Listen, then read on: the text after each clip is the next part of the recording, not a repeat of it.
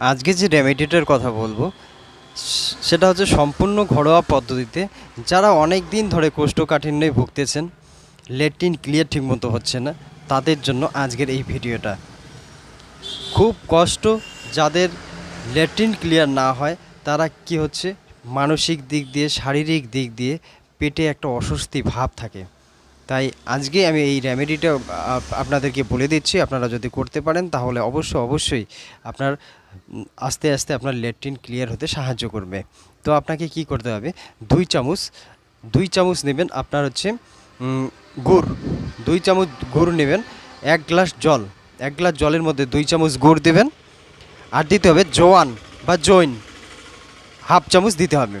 1/2 চামচ দিয়ে জলটা ফুটাতে যখন অর্ধেক হয়ে যাবে, তখন সেকনি দিয়ে রাত্রেবেলা শোয়ার আগে, রাত্রেবেলা খাবেন এটা, রাত্রেবেলা শোয়ার আগে আপনি ধীরে ধীরে পান